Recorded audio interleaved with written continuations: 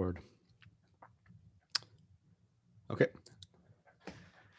Welcome to the Ozeki Journal Club, Perry. Hi, Carlos. Your intro keeps switching up, actually. I mean, we're switching a lot of things, right? It used to be, I'm Carlos. I'm Barry. Yeah, I didn't like that so much. Okay. And I want to like work the names in, just casually. Nice. Okay. But we're switching that. We're switching also topics, right? We're expanding our horizons. Yes. I do want to get to a blockchain paper eventually, though. I was thinking maybe we talk about like what's new with Ethereum 2.0. Sure. We can try that. Because I don't know at all what's going on there. But I know like recently they got like the green light to activate it. Yeah. Is it proof of stake yet? No. I think people that lock up their Ethereum, like 32 Ether for like 2 years or something, or whatever period of time, are staking basically. But is the proof of stake live? I think a part of it is live, honestly. I'm not exactly sure though. I don't know any of the details. Maybe we should do that. Look into that. Yeah, I'm wondering if there's some kind of white paper or some kind of blog post about it. Probably. Would be cool. Yeah. Okay, but today we're touching on social science, eh? Totally different. Yeah. I thought this was cool though. What was your social science teacher name? Social science, sociology. Rebecca Bird. Rebecca Bird. Should be proud right now. Shout out Rebecca Bird. And Bird. Imagine she's the one that commented that we're talking too much about Teslas in here. Incredible. Yeah. Okay, so today's paper is called The Diversity Innovation Paradox in Science from Bas Hofstra and a whole bunch of people from, I believe, Stanford. Last author is Daniel McFarland. I like this paper because I think we've all sort of been exposed to this idea that diversity is something that you should promote in organizations. And since we're very close to scientific organizations, this is kind of getting to that point. And they kind of tried to go into a more quantitative angle of it, which I haven't seen a lot. And it's something that I would be nice to have like presented in conjunction with all these policies. So yeah, I just thought it'd be cool to have a look, and it's very recent, and it was in PNAS, so very prestigious journal that the editor desk rejected my paper on. April 28th, 2020. Oh, by the way, we're getting reviews for Recomb in, I think, 3 days.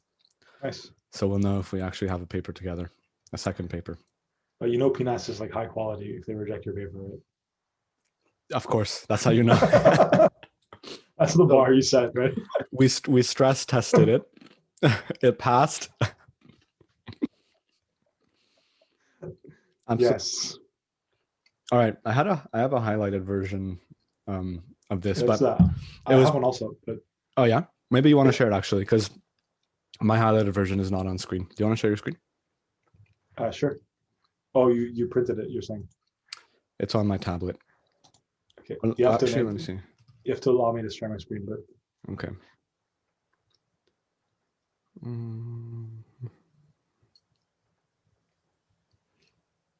Okay, you should be good to go. Oh, actually, no, Perry, I have it. Okay. I have it, yeah. No. It wouldn't be fair if you shared your screen twice in a row. Okay. Do you see that? Yes. It's a bit, the quality's not amazing though, but yeah. You're right. That's good. It's good. Let me make it bigger. Okay, that's as big as it gets, actually. No, it's fine. Okay, so there's like a few concepts here that the paper connects, and I think each of those are things we can discuss. But the overall idea is that, first of all, that innovation in science means or can be thought of as connecting different concepts together. So if you had an innovative idea, it means that you took, I don't know, quantum mechanics, and you applied it to a problem in computer science, and you published that, and that means you created an innovation, right? Yep.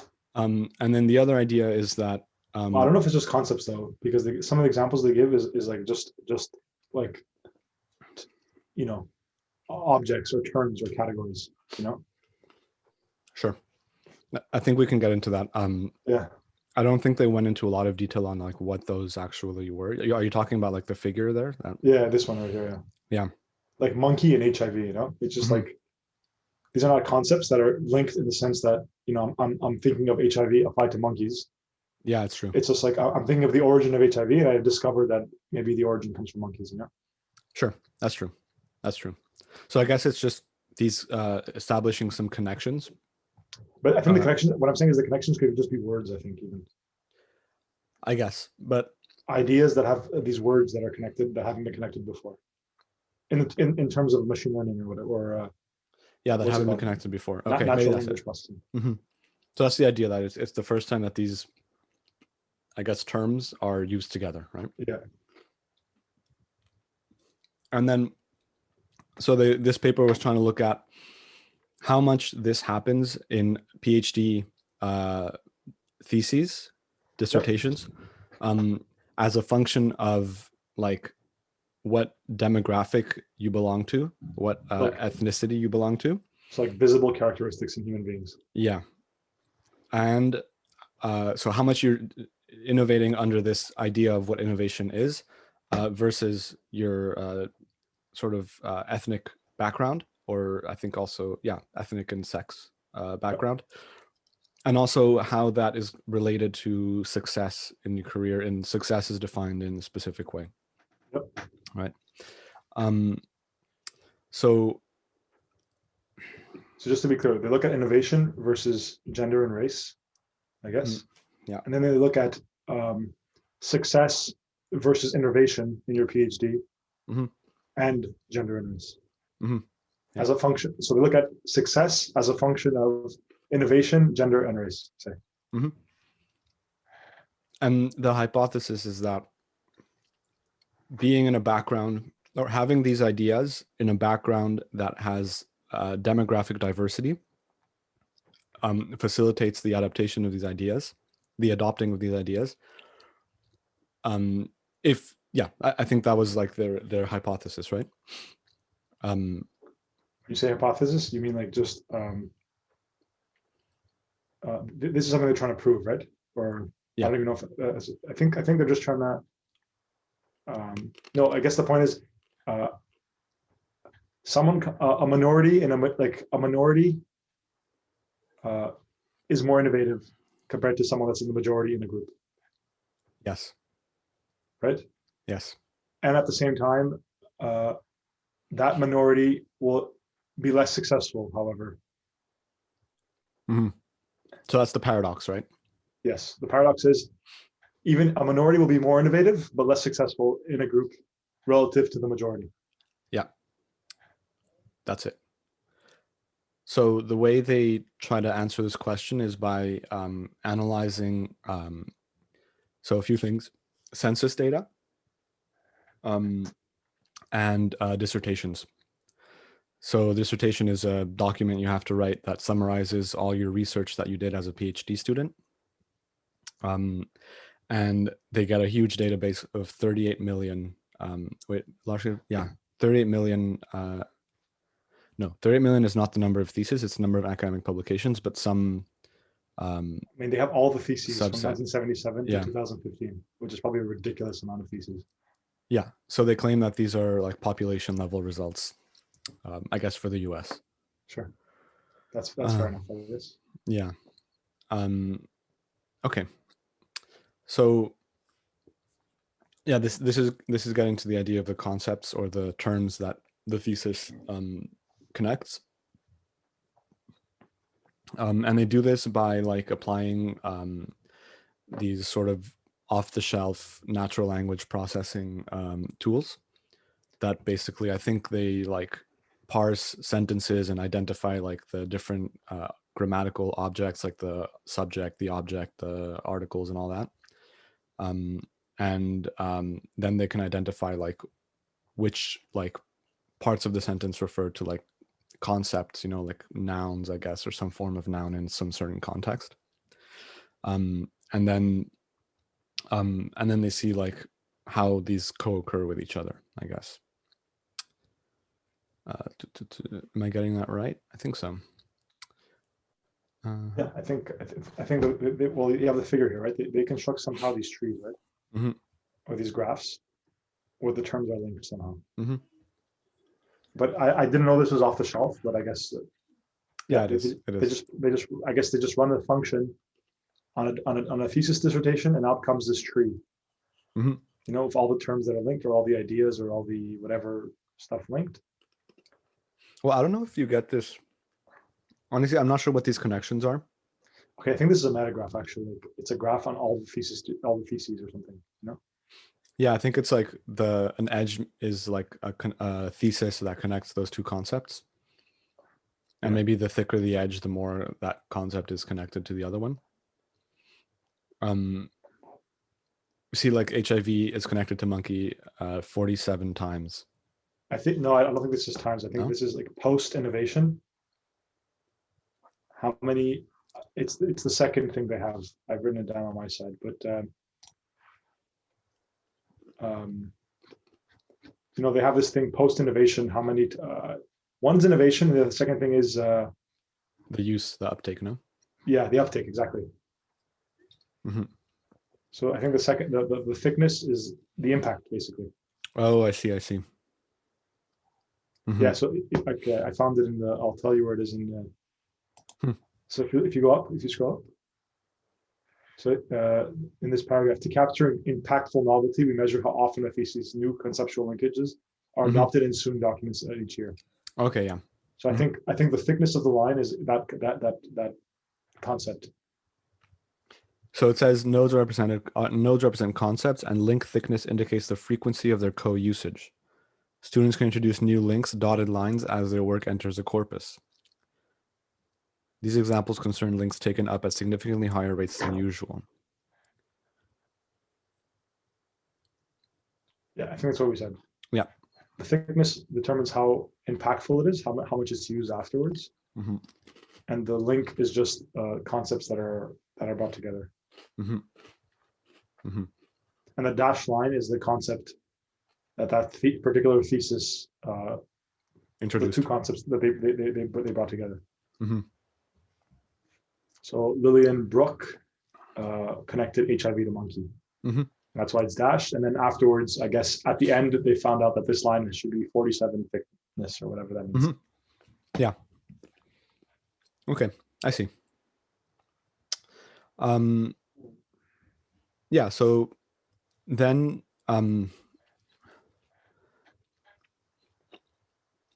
I guess this is their basic data, right? And then once they have this, they can see like they can stratify it by gender or whatever they want. Yeah. Yeah, did I cover everything? I guess maybe there was some interesting stats, like the number of concepts on average is 56. Sure. Number of new links on average is 9. The thing is, I don't know how reasonable it is to classify like adoption or impactfulness by this like line, the thickness of this line, because some things are very bad ideas. Mm-hmm. And we just like a bunch of papers are written about how bad the idea is. Would you say that the same number of papers would be written about it if it were a really good idea? Like, is this a symmetric relationship? I think like I'm not sure. I just don't think it's a one-way street. It's like it's not because your idea is good that it'll get talked about a lot. I guess, but I think it's kind of safe to say that bad ideas don't get talked about a lot. Maybe, but I can imagine a situation where you make a very bold claim and have a very bad way of making that, or very bad evidence. Mm-hmm. And a bunch of papers would be just trying to tell you how bad your evidence are. Your evidence is for that claim. Yeah, but I guess Are they they're trying to measure impact, right?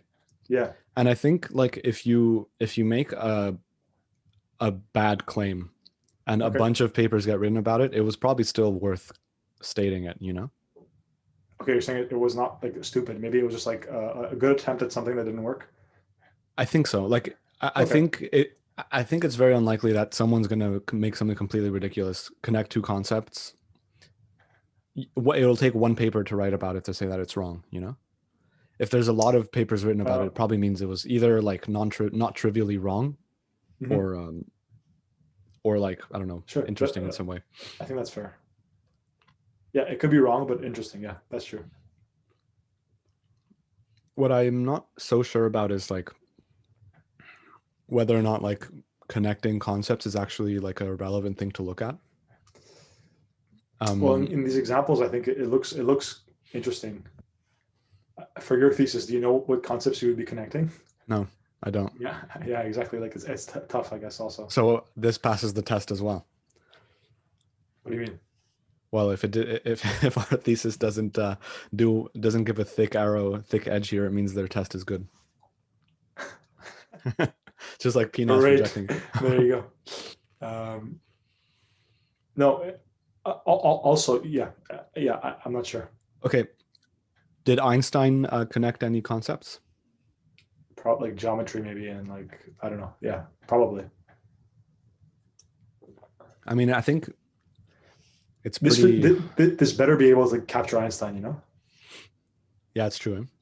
I don't think they talk about like how it scored, you know, well-known researchers' ideas. Well, I think I don't know, but this one, Donna Strickland there, she won a Nobel Prize, right? And there, okay, it's 22 her thickness or whatever. Yeah, this one's 87 though. I don't know. Gene amplification in human cancer. Maybe that's more. I don't know. It's also like it's like biology versus physics. Maybe biology gets cited way more. Also, Michael Jordan is there. He Slam won five championships. Yeah. I guess it's tough. It's tough to know if this is like. I think with all social science things, it's tough to know if like you're trying to write concepts now. It's very difficult, I think. Yeah, I know, and I think they mentioned that they didn't want to go with citations, which I found kind of weird. Like they said that there's problems because you could have done the same analysis by saying like whose thesis got cited more, you know? So you're saying like the thickness of the line would be like a citations. Yeah. I mean, and it wouldn't be concepts. It would just be like a person in the note. And then you can do this with papers, right? You don't even have to do this with theses. Yeah.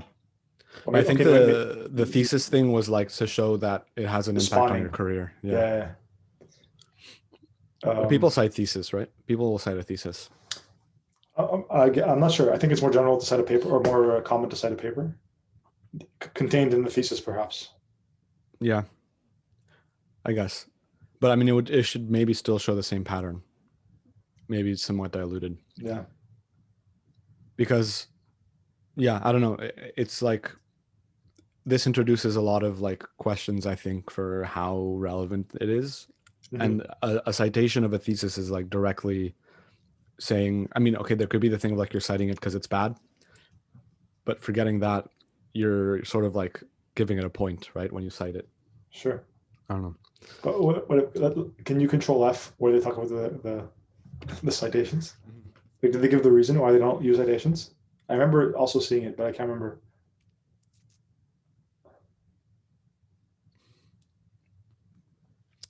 This tool here doesn't let me. I see. I could do it on my end.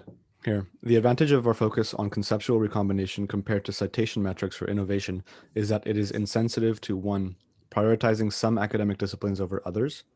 Okay, that makes sense, I guess. And two, the plethora of reasons as to why scholars cite other work.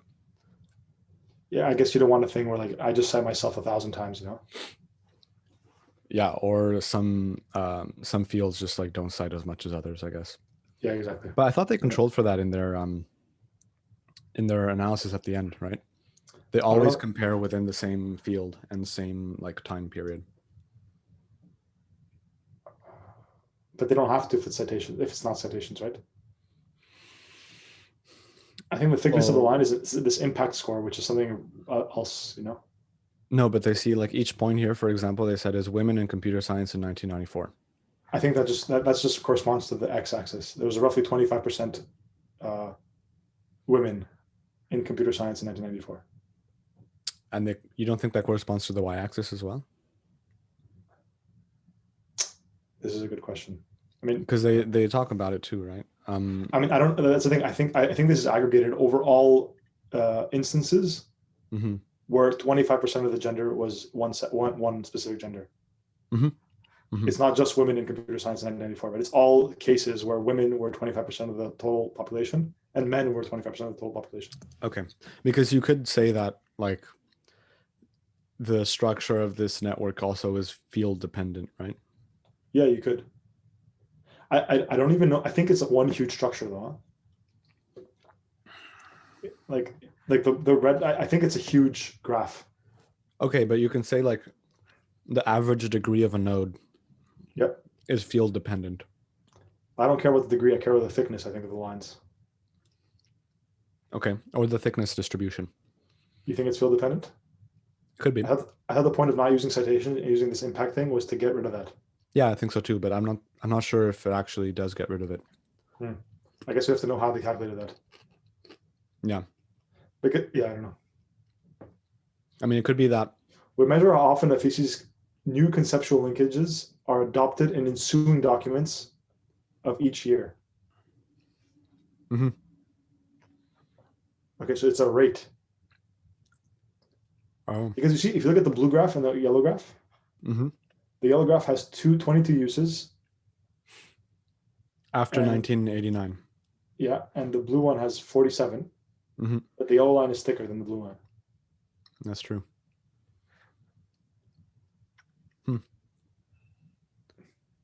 Maybe there's some sort of normalization. Nodes represent concepts and link thickness indicates the frequency of their co-usage.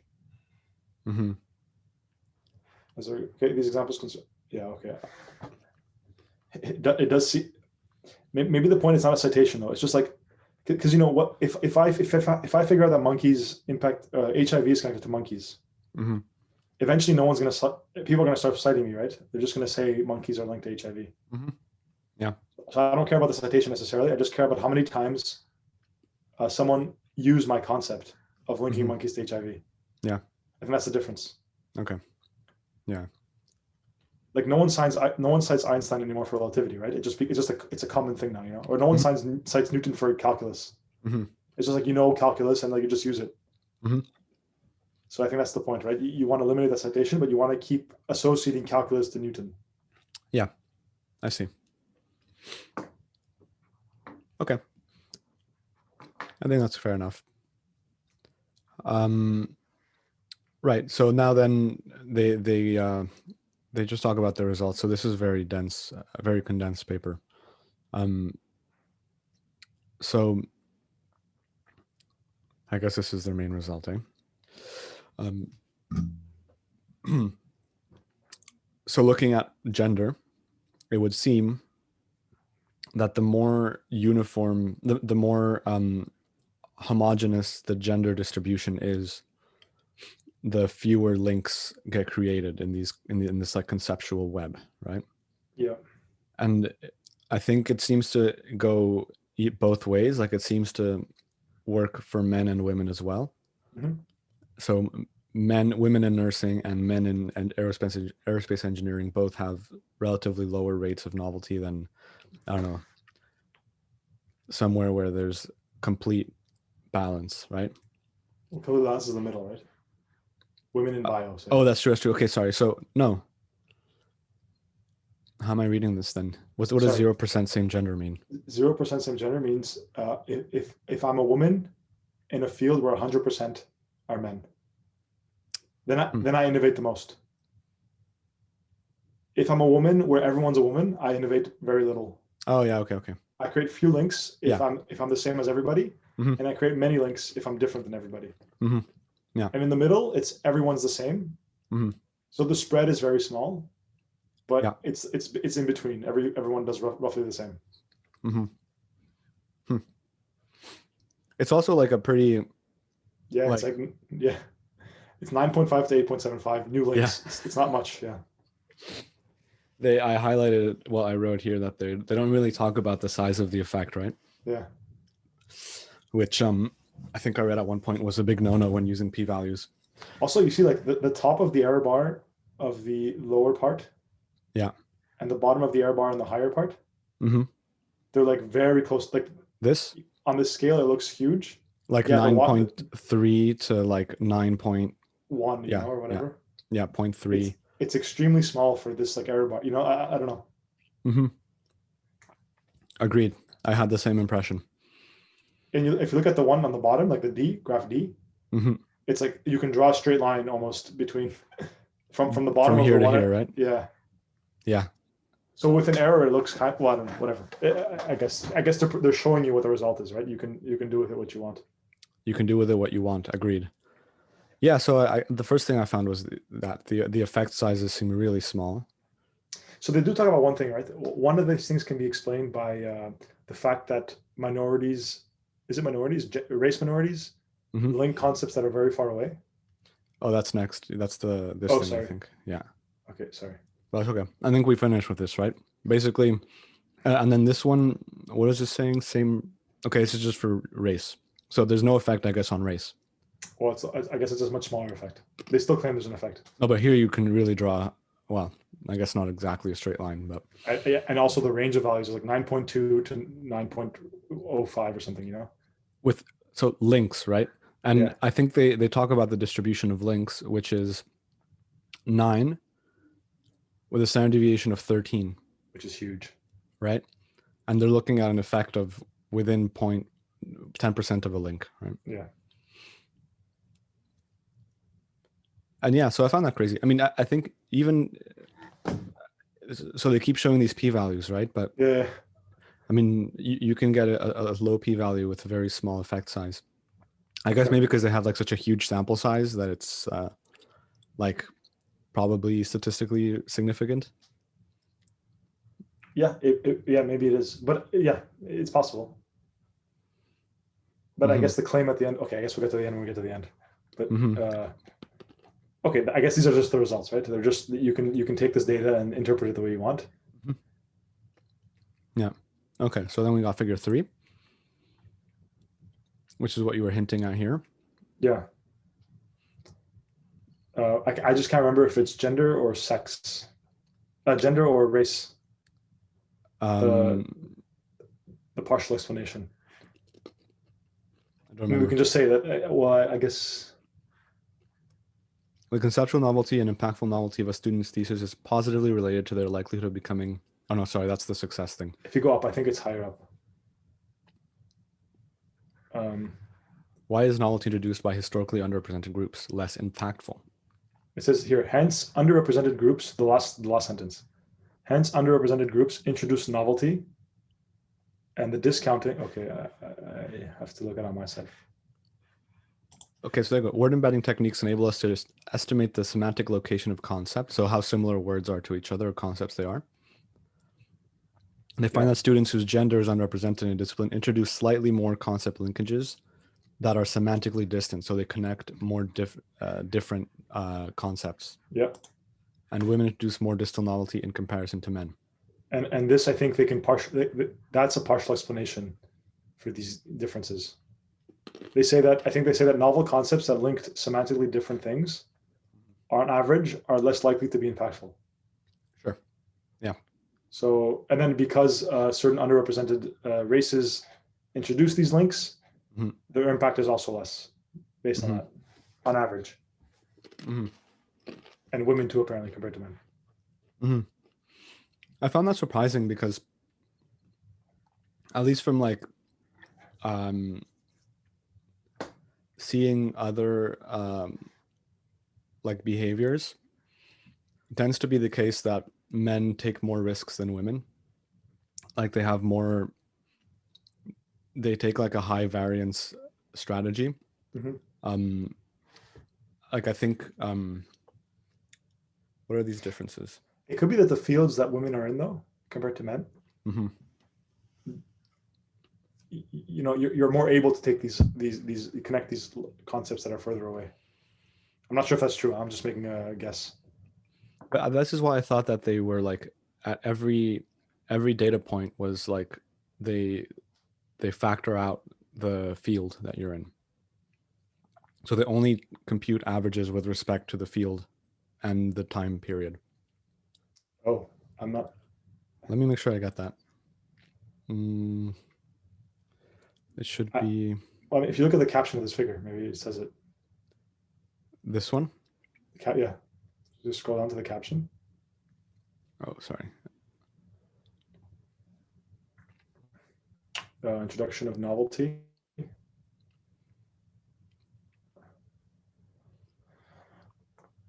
Oh yeah, they do say in figure E, there's no clear relation between racial representation and discipline and impactful novelty.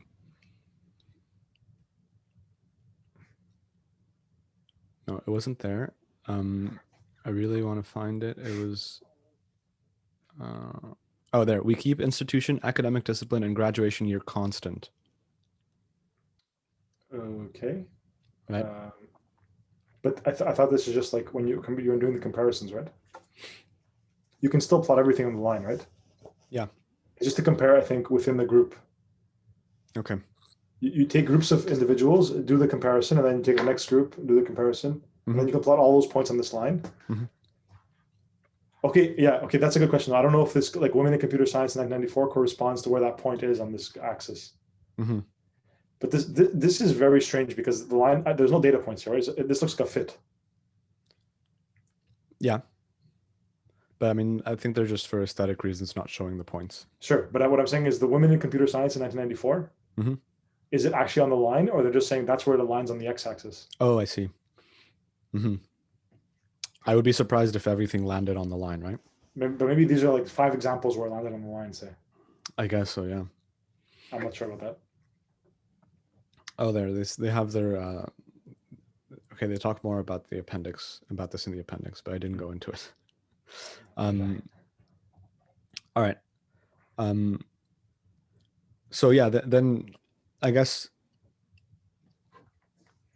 you said a possible explanation for like the impactful effect in gender, at least, is that underrepresented women tend to introduce more distal concepts, and more distal concepts tend to not be taken up as much, right? Well, I'm not saying that. That's what. Yeah. Sorry. Yeah, you echoed it. Yeah, sorry. I'm not putting words in your mouth, Perry. Well, they found, I think, that happens on average. Yeah. Okay. And the way they do that is by like figuring out how related concepts are to each other. So you can I think usually they do it by like computing how many times a pair of concepts occur, for example, like in the same sentence, so then you can get a distance between words. And they find that what's this chart now? Distal novelty. Oh, do they have some kind of thresholding here for what they call distal novelty? Yeah, well, like with 0 on this axis. Yeah. Oh, I guess this would mean that the novelty is not at all distal. Sure, but what does that mean? Here.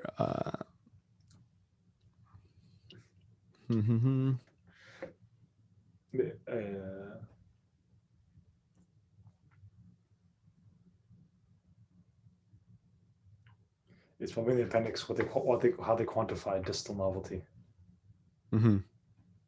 Oh, it says so. Concepts are distal in the embedding space of scientific concepts, and their distal novelty score is high for like genetic algorithm and HIV. They're far apart. And then these two, like fracture behavior and ceramic composition, are close together. Yeah. Students of an overrepresented gender introduce more proximal novelty, and students from an underrepresented gender introduce more distal novelty. But I'm trying to see like where's like the quantitative result here. What do you mean? Like I'm trying to read these bottom 2 panels. Yeah, I think the point is we don't know what distal novelty means, right? In this case, like mathematically. Yeah. And well, I think they're just saying. You can think of it as like, I don't know, some distance in this space, right? A and B. Yeah. And then yeah. Okay. So I guess, for example, this one, the x-axis, I would imagine the novelty is going up. The distalness is going up. The and distance. as it goes up, the distance goes up, and as that goes up, the impact goes down. Right. Exactly. Which is interesting, I guess. Like I would imagine, I don't know, some of the most impactful things are probably very distal, right? Maybe. And maybe you have a lot of like background that are very like similar concepts that people don't really pay attention to.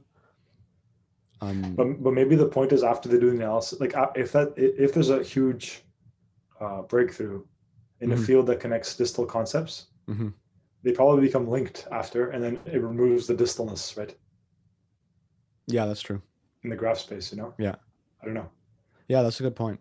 I don't know if this is like a time thing also, right? If the colors change as a function of time. That's a really good point, actually. In their analysis. Yeah, for sure. It must. I mean, this graph evolves over time. You're right. Yeah, sorry. I meant, I don't know if they take that into account when they do their analysis. I didn't read anything about it, but it would be interesting. I didn't read the appendix either, so I'm not sure. Yeah. Huh. Oh, cool point. But I wonder if they're getting this from the thesis, like this data set. You can load it. You can like train a model on like Wikipedia or something to do this kind of thing. So maybe there's like some independent data set. You know, their thesis started in 1977, right? Yeah. You can imagine the graph changing as a function of time as you include more and more theses and you advance. Yeah, for sure. So depending on what point you look at it, some concepts might look like they're closer apart than they right. So I don't know if they just took all the theses and made the graph, or if they did it as a function of, like, for every year they made a graph and then compared everything. You know what? I'm going to say they didn't do that. I'm going to go out on a limb and say they didn't do that. They would have mentioned it, I think. Yeah, possibly. Interesting. But I guess the bottom line there is just that, like, for some reason, and I don't think they looked at the effect of like the career or whatever, the having being underrepresented in terms of sex in some way is connected to having connecting more distal concepts, right? I think the logic they're using is that underrepresented people make more distal connections. Yeah. Distal connections are less impactful. Impactfulness leads to careers. Well, we haven't talked about careers right yet. Well, it's the sentence you read before, right here, this one. The conceptual novelty and impactful novelty of a student's thesis is positively related to their likelihood of becoming both a research faculty member or a continued researcher. Yeah. So if you connect all those things, it seems like part of the explanation why minorities succeed less in terms of getting careers in their field can be explained by their distally novel connections. Yeah. And also it would seem that like the only one where they found an effect was with gender, right? Well, yeah, here it looks, I don't know. I really like to know what the spread looks like, you know, like, are there like some outliers and the standard deviation becomes large, or is it like everything like really bell-shaped, you know, to get these like blue and green lines, shapes?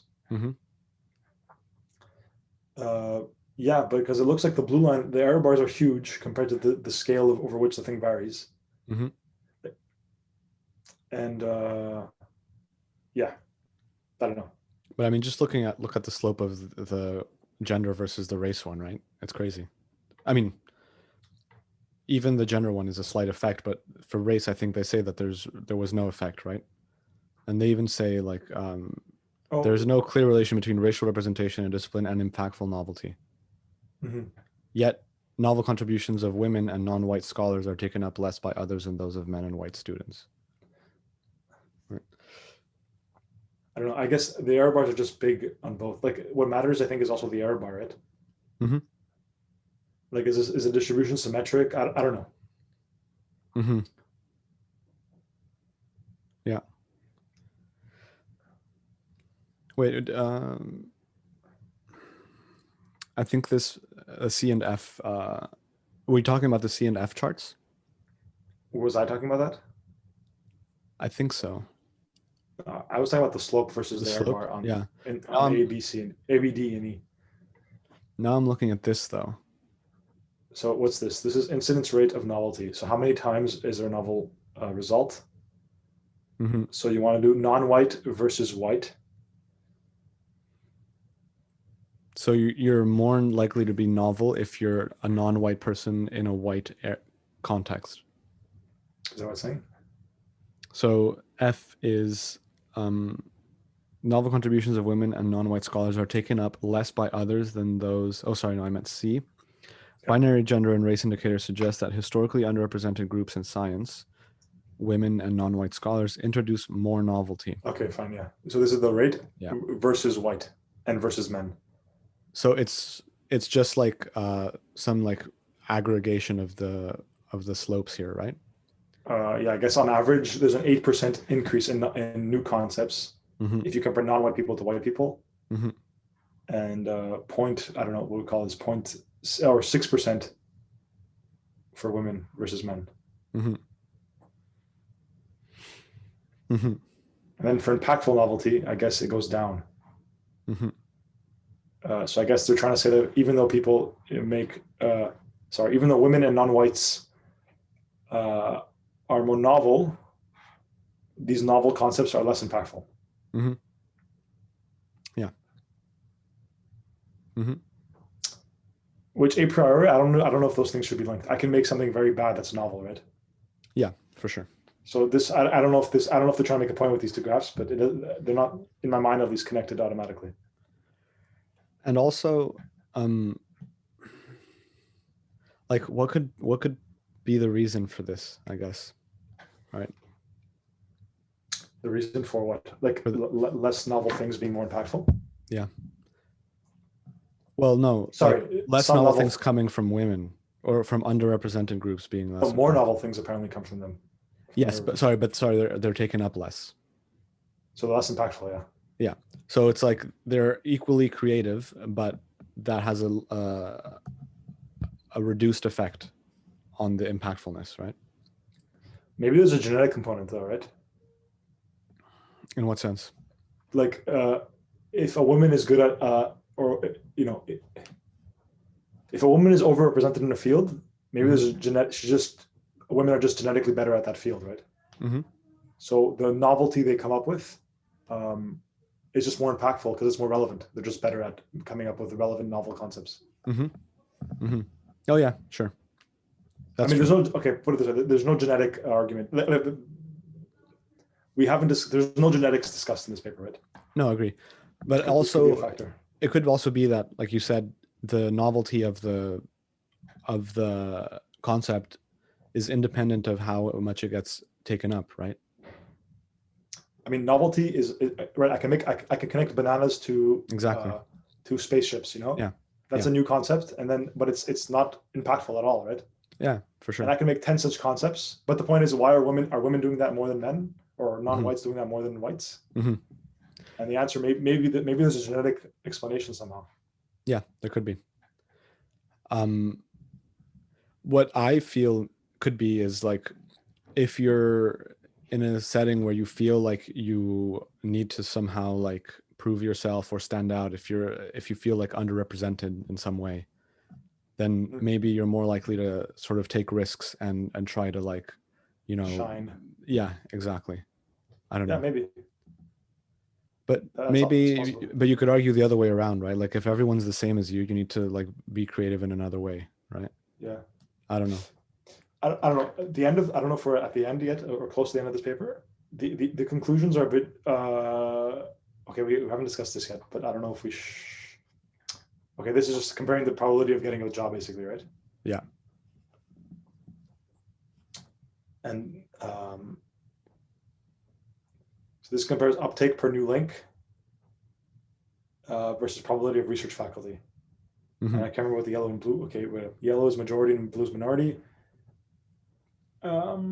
Okay, yeah, and then you have gender and race. So it just seems like if you're in the majority, you have a better probability of getting your research position everywhere, except for the lot H, I guess, which is what H is probability of getting a research position versus uptake per new link, so impact. And race specific impact. Yeah. Continuing research. So I don't know why that happened.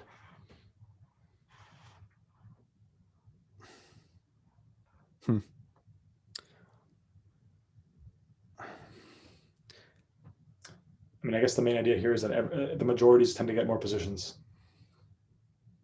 Yeah. No, yeah. And I guess even in if you look at figure D, independent upon packful or the number of new links. But again, yeah, sorry, go on. Okay, I guess new links don't mean anything, actually. In D. For me, A, B, C, D are not really relevant, because new links, I think, are not a good measure of if you should get a faculty position. No, that's right. Yeah. I mean, look at the Y scale, right? It's 0.06 to 0.09. Yeah, I know, but what I'm saying is I don't even think this is a thing. Like I don't know. I'm not even a priori. Like, should they be correlated? I don't know. I mean, I think they should show that, right? I mean, they're showing the correlation here. This is the correlation they're showing.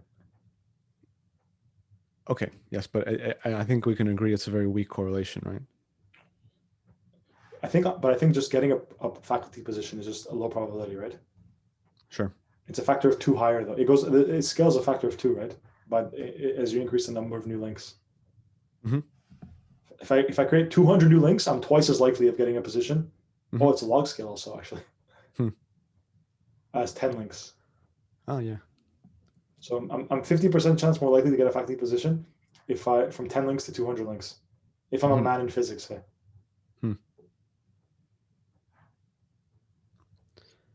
Yeah. I don't know if new links should mean anything, though. I'm not really sure. It's a very confusing metric, right? I can't really get a grasp on it. Yeah. Like, I don't know. It doesn't feel very intuitive. But also, look, they say 99% of the observations were below 150 links, say, right? Yeah. And in figure A. Mm-hmm. So the extrapolation of these lines are meaningless, kind of, right? Mm-hmm. So okay, actually, sure. Right, it's even smaller, right? It's like it goes from 0.6 up to like 0.7 or something, you know? Yeah, yeah. About 0.06 to 0.07. Yeah. In figure 1A, say. Mm-hmm. Yeah, I see that. The gray area is basically like where they had the most data, right? Yeah, exactly. Yeah. So it's even smaller. It's kind of cheeky, actually. Like, why would they go up to that big number? They could have stopped the graph there, right? Yeah. Well, I mean, if they had data for it, they plotted it, right? I guess. Sure, but they're plotting a fit. They're not plotting the data. They're plotting a fit. Yeah, but the fit has an error bar. I know. I guess it's just it's a kind of misleading. I find it. Yeah, I agree. Because, like you said, the white area represents over half or roughly half the range, and it's 1% of the points. You know. Yeah, and it's also taking up an equal amount of the x-axis, right? Yeah, it's half the range. It's over half the range, right? Because it's a log scale. Yeah. You have 1 to 15 in gray, and then like 15 to 300 in white.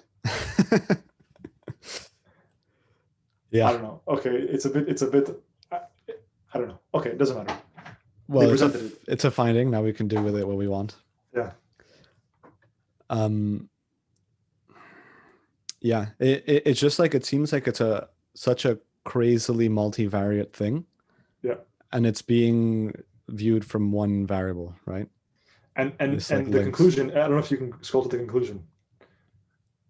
So one sec. Here, you were there. You were there. Was a discussion? Yeah, right here. In some. See, like, which trailblazers has science missed out on this as this? Sorry. Which trailblazers has science missed out on as a consequence? You know? Yeah. Of like, I don't know. This question stresses the continued importance of critically evaluating and addressing biases in faculty hiring. But we don't know. It's a bold claim. I find it's a very strong claim they're making about what they've shown. Yeah. And honestly, I spoke to Vanessa about this a bit. Yeah. And she asked me a question like, when I'm reading a paper, do I look at what sex or race the author is? Mm-hmm. And then I was like, okay, the author of this paper, his name is Bas Hafstra or whatever. I don't know if that's a guy or girl. I don't know what, like, you know? I agree. I've never at all like looked at the authors. I mean, I look at the title of the paper. If it's interesting, I read it, right? And I don't think it has any, at least personally, any impact on whether or not I cite it. I think but there's a difference right now, right? Because then it's like hiring now, right? Yeah. So hiring is different because then you know the person, you see the person, right? You interact with them. Yeah. So it's not a fair comparison 100%. Yeah. But I don't think citations should, like, if they did this as citations, I'm not sure they'd see a difference. Yeah, probably between not. men and women, say, in physics, for example, because I'm used to physics. But I agree. But I think they also mentioned somewhere that like if you're sort of underrepresented and you're, let's say, like in a, I don't know, in a lab meeting or at a conference, you're like less likely to speak up, or you'll be like kind of, you won't want to push your ideas forward, and that has some impact on how much they get adopted. That's possible, but I feel like that's very difficult to prove somehow. I think it's very difficult. Also, I think it's a very local effect. Like, I think what percentage of your impact comes from you going to present at a conference, or like, I don't know, giving a really strong presentation or something. I think most of science is like extremely impersonal, like especially nowadays, right? At least it should be, maybe. Well, I don't know if at least it should be. Yeah, sure. I think the work should, but I think that's the point they're trying to make, right? The work can't speak for itself if people are judging you before they read the work. Yeah. Yeah, I agree.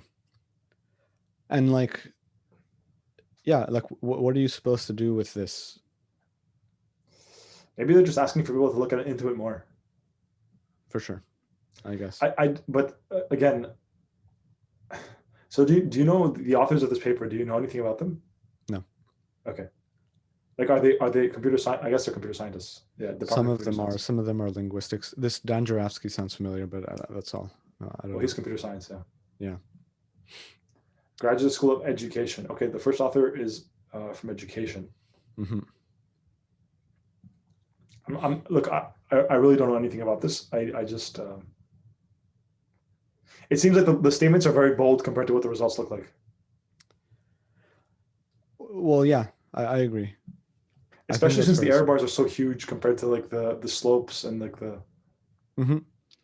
Yeah, there's very little. I mean, there's no talk of effect size, right? At all. So I think already you can almost fit the race plots with a horizontal line. It's almost horizontal, Then you can make so you can talk about sex or gender, I should say, in figures A and D.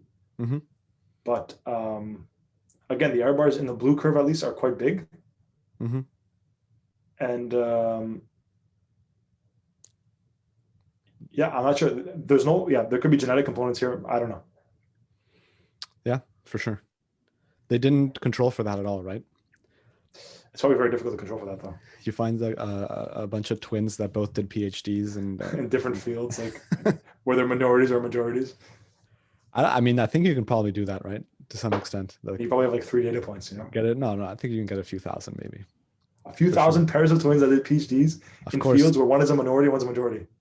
No, maybe not just majority, but you can just see like which ones, like if their like links correlate, if they have a similar a correlation in how many links they form. But you want to compare it to you want to test it against gender, right? But I mean, you can maybe start with saying like, is there some genetic component to like how many links you could form in your thesis, right? Okay, to check if like genetically you're better at making new things that are impactful.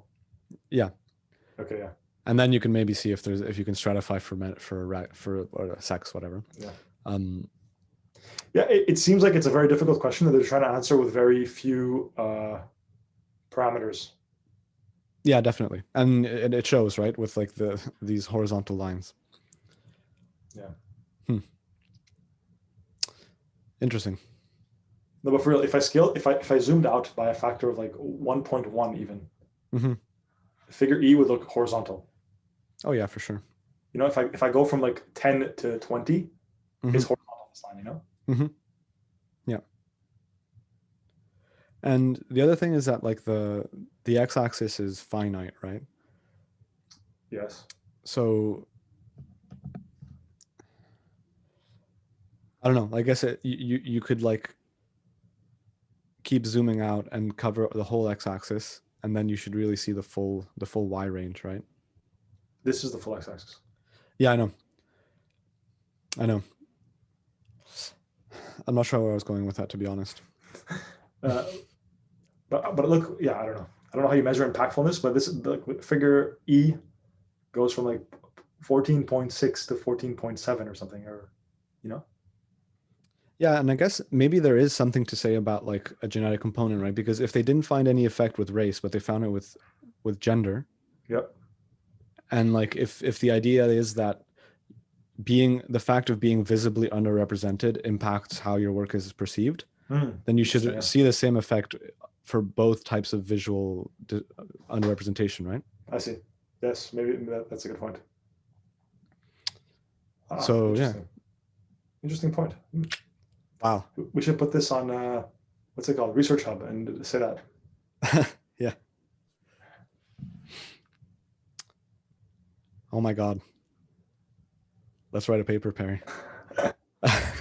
Just use this data and say something else. I don't know. I did think of actually like looking at the data sets and everything. It seems interesting. And I don't know, like if it's possible to find some sort of like other confounding factors that might like explain these differences. Again, like I think it's important to know whether these like points are split up by like field and all that. But I'm pretty sure like when they say women in nursing in 2004, like that point only contains women in nursing. Yeah, and it's on that line. Okay. So yeah. So all these points on the line, you think? I guess, yeah. And I don't know, it'd be cool to see, like, for example, if over time the connection of concepts varies, you know? But I would want to see the spread on, like, I think it would be interesting if they put the spread, you know? Like actually draw the points? Yeah. Yeah. You know, color coded maybe, you know? Like the density, the color density, the color changes in terms of density. Instead of just having this green, you know, error bar, you could have a density, the color change as a function of density of points. Yeah, I see. Because then you could see like maybe at the, you know, all the points are situated close to like the average. And there's like some crazy outliers that push the average down, you know? Oh yeah, that's true. Or push the average, push you the average such that you get a slope. But in reality, like if you take like 90% of the points, they're all flat. You know, and then it's just like, okay, there's some crazy outliers that did something ridiculous, and then you're right. By the way, we should read the supplemental also because or the appendices because maybe they explain that. Yeah, well, I had a quick look at the methods, but it's not much there. Cool. Okay, well, I think we did our hour and almost hour and a half. Yeah. Yeah, I mean, I thought it was interesting, like that there was some attempt at having something quantitative behind, like, I don't know, saying that there should be an equal representation of whatever race and gender in groups. Yeah. I'm glad that the attempt was made. I don't know that it really showed anything in any direction, in my opinion. But and even honestly, if it did, like, what do you do with that information, right? I don't know. But I guess you could say that on any social science concept, right? I guess so. What do you? Maybe just the fact of being more aware of it. I don't know. I'm not sure. I'm not qualified to answer that. What are you going to say? No. I don't know what you do with the social science information. Yeah. And also it'd be interesting to see like how they start off the paper with this like diversity paradox, which seems to be something that was established somewhere else. Like diversity breeds innovation, yet underrepresented groups that diversify organizations have less successful careers. I don't know like how much it'd be interesting to see like papers about that, right? Like I don't see for example like my ethnic background having any effect on my research, right? You're not visibly minority, like you're not a visible minority. Right. So, but is it like, I would imagine that how is it that like having a group of people that are visibly diverse is going to impact how they operate in terms of diversity? I would only imagine is the only thing that I can come up with is someone with like a different background comes to an organization with different ideas than a homogenous group, right? I think the argument generally is if you're a visible minority, you've gone your experiences are different, therefore lead to different ways of thinking. Yeah. Therefore can influence they can lead to novel ideas. So the fact that you're visibly different impacts your experience before joining an organization, and that gives you I think that the real goal is to get diverse, intellectually diverse people. Yeah, for sure. People that have different ideas about different concepts, Mm-hmm. but that's difficult to quantify.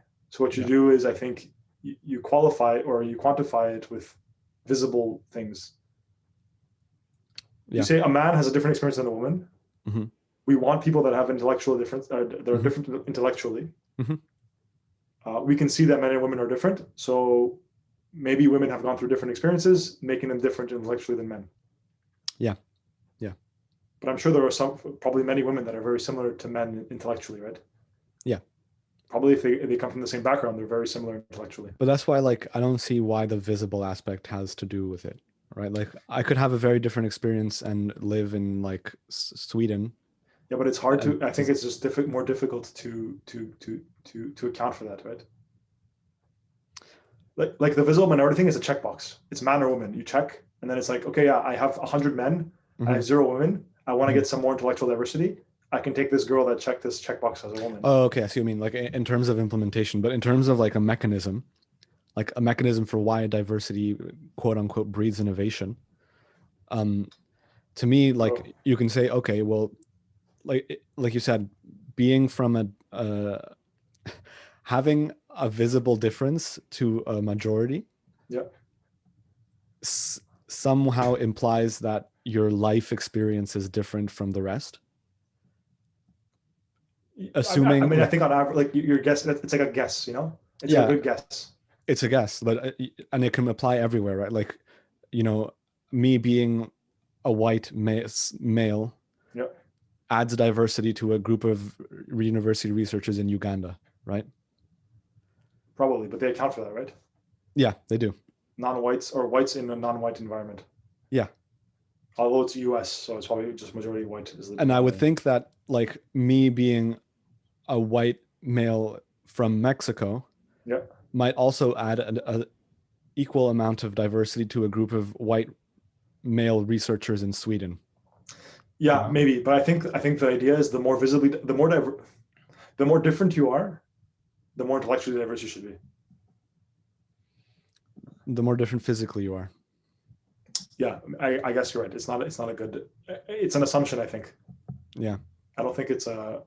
I don't know if it's been shown. Maybe it's been shown, but I think it's an assumption. Because you can imagine if I could really pinpoint your intellectual diversity, this would be relevant, right? Because I could just say like the most diverse people intellectually are the ones that should be getting the positions, you know? Yeah. Did they? And if they're all white or all black or whatever, it doesn't matter. Yeah. Okay. So they did show like that.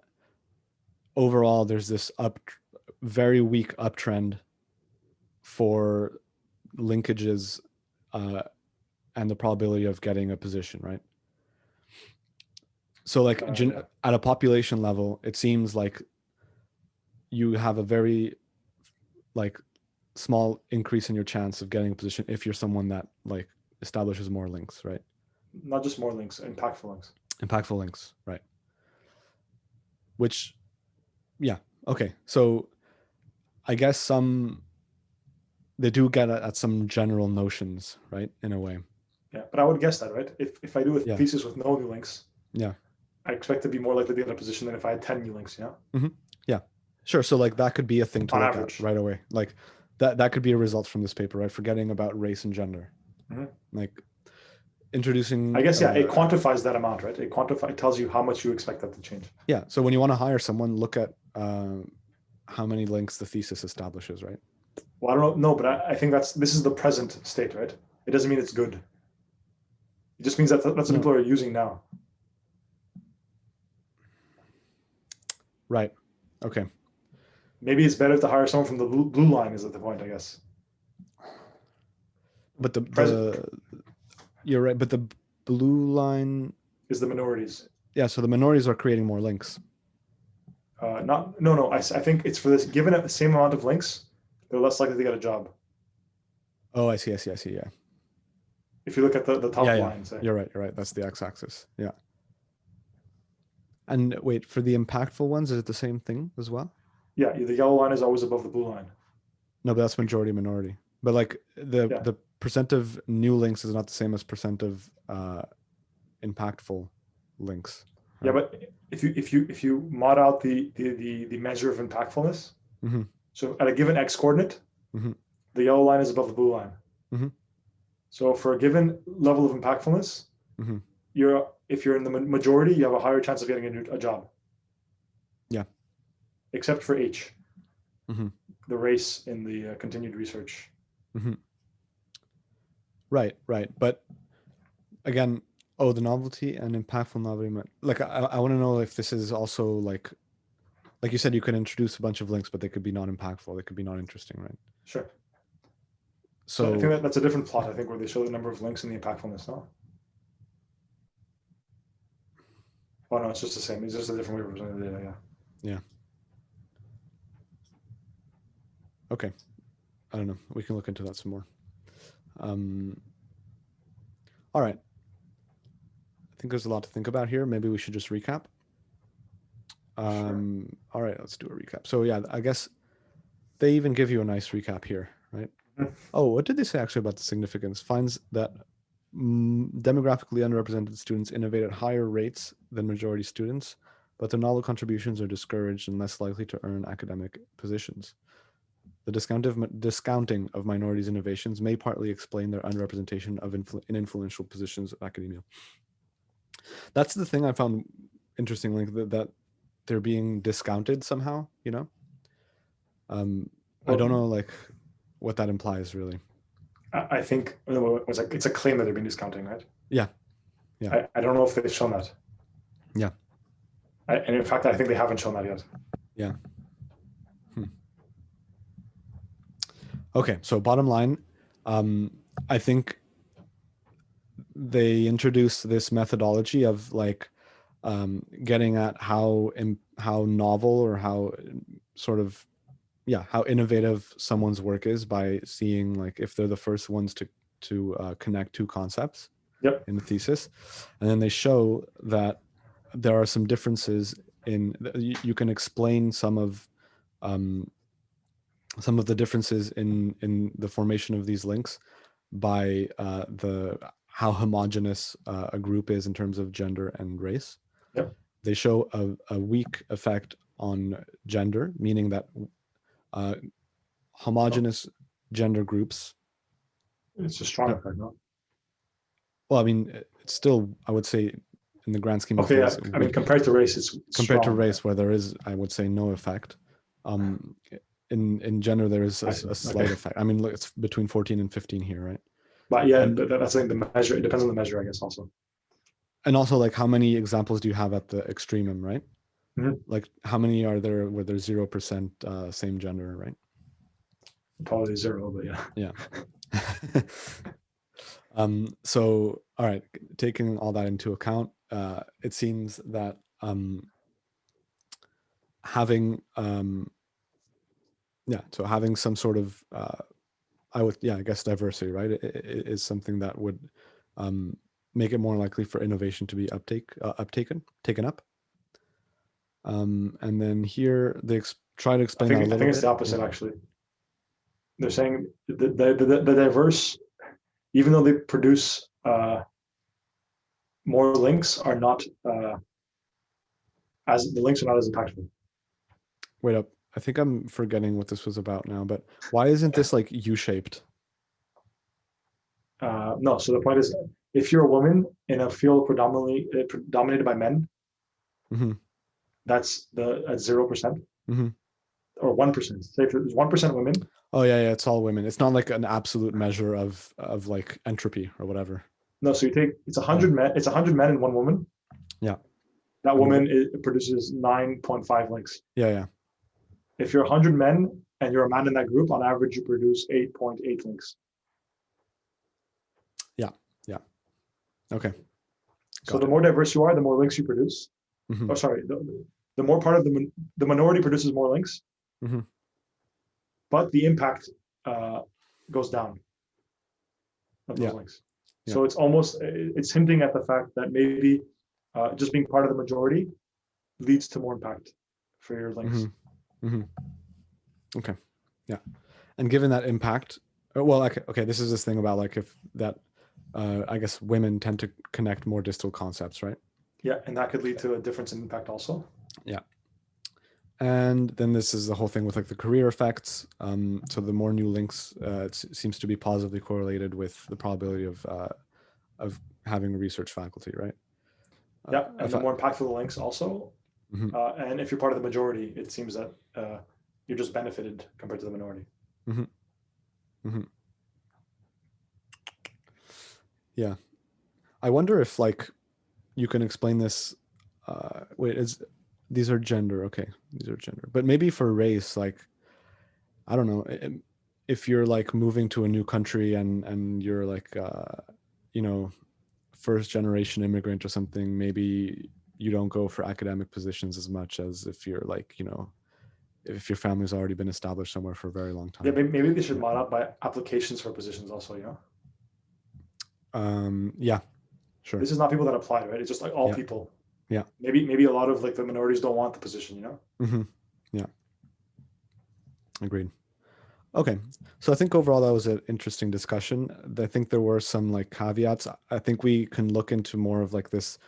Maybe there's some sort of genetic component, which we could be the case because there was no real effect seen with race, but there was some effect seen with gender. So if the factor of being in a minority impacts the research, would you say? I would say women are equally minorities to racial minorities. I don't know. They should have similar effects. So yeah, maybe there's some sort of genetic component going on here. Yeah. Okay. Yeah, interesting. All right. Well, I think that's it for today. We're going to do a back-to-back. So tomorrow we're going to have another one. Yeah. I'm very excited for that. Tomorrow for us, maybe not the listeners. Oh no, it's going out back-to-back. Okay. Yeah, I like to keep them going, keep them coming. Okay. All right. So well, thanks, tomorrow. Perry. Yeah, see you tomorrow. Take care. Later. Bye.